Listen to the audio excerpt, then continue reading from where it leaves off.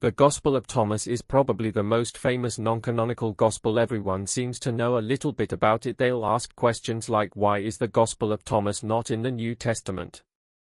Or did you know the Gospel of Thomas might be an independent source to the sayings of Jesus? But what does the Gospel of Thomas really say, and why isn't it in the Bible?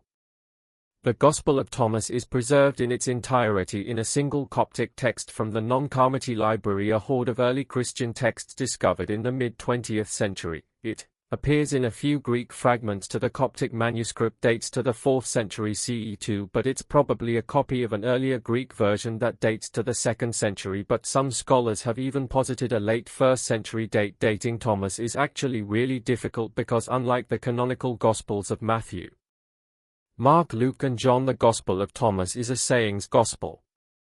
It's comprised of 114 sayings of Jesus, no narratives, no sermons, just short sayings, so presumably editors could have added to the text throughout its composition. In fact, one scholar, April DeConnick, argues that the Gospel of Thomas underwent several layers of composition, starting as a kernel of Aramaic Jesus sayings in the mid-1st century all the way through to the 2nd century with the version that we have today, though not all scholars agree with Dr.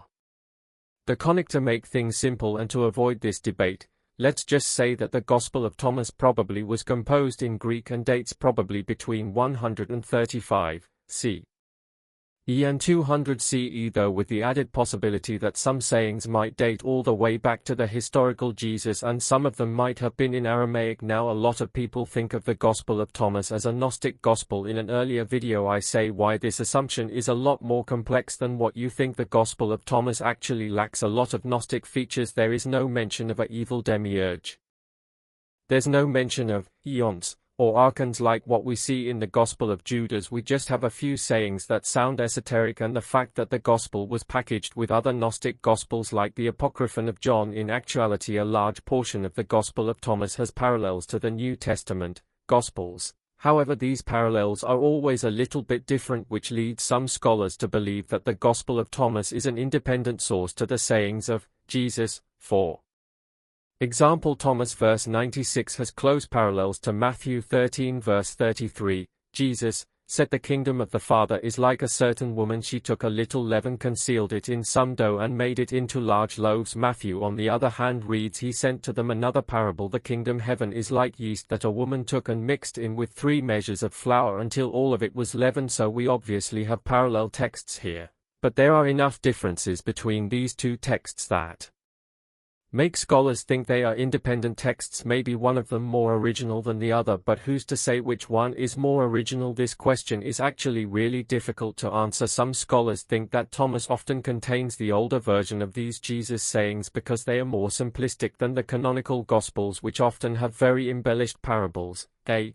good counter-argument comes from Simon Gather, his huge commentary on the Gospel of Thomas. He argues that the Gospel of Thomas is not independent of the canonical Gospels, and in fact whoever compiled Thomas was probably aware of the synoptic Gospels. In Thomas verses 13, 14 and 44 there seems to be some influence on the Gospel of Matthew, and in Thomas verses 33, 65 and 104 there seems to be influence from the Gospel of Luke. Furthermore, he argues, since the Gospel of Thomas dates to the 2nd century and is far removed from Jesus' life, and since the Gospel of Thomas lacked specific details about 1st century Palestine, he concludes that it doesn't tell us much at all about the historical Jesus as scholarship currently stands, and with the primary sources that are available to us at the present, the Gospel of Thomas can hardly be regarded as useful in the reconstruction of a historical picture of Jesus. So at this point in the debate we should just admit, yes, some of the sayings are very ancient and some of them might date back to the historical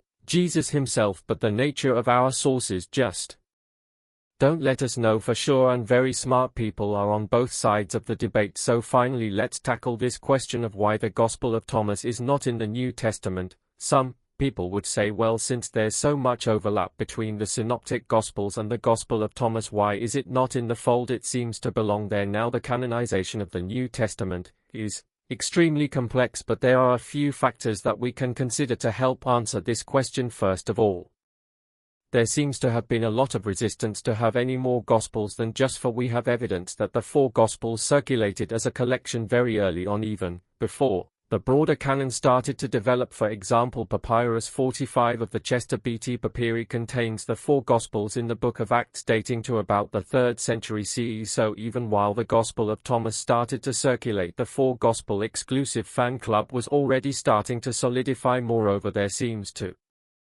have been a lot of resistance to Gospels of Thomas in general. Church authorities such as Hippolytus Origen, Eusebius, Cyril Didymus the Blind, Jerome, and Ambrose, all of these guys mention a Gospel of Thomas, and all of them say that they are forgeries made by heretics. Origen's quote is particularly striking. Also in circulation is the Gospel according to Thomas.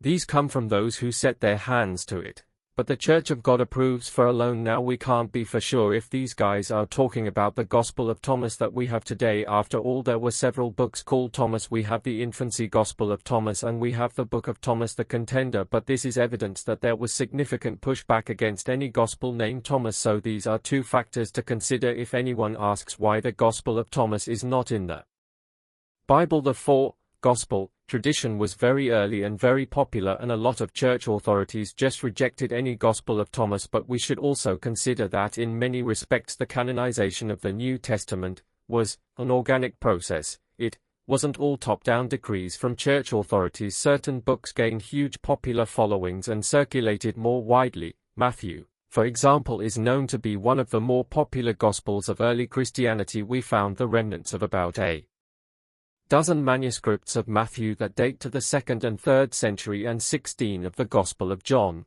but only 1 Thomas manuscript, and even then this manuscript is from the 4th century. It appears Thomas was just not as popular as other Gospels like Matthew, and therefore did not circulate as widely. Overall, the Gospel of Thomas is one of the greatest finds from the 20th century and has greatly contributed to our understanding of early Christian textual practices and early Christianity in general. At this point though, I would say go read it for yourself.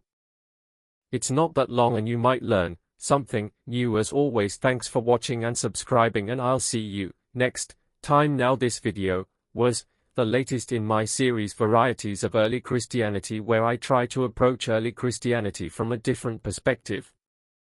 Not heretics versus Orthodox Christians, but rather looking at Christianity as a complex web of competing in overlapping Christian communities. We've talked about topics like Margion and the Gospel of Judas, but if you have any suggestions yourself, feel free to leave them in the comments below and I'll add them to the queue. And also special shout out to our patrons on Patreon who keep this channel afloat financially. You guys are a small and elite group, and I'm so thankful for you. Thanks again. And I'll see you next time.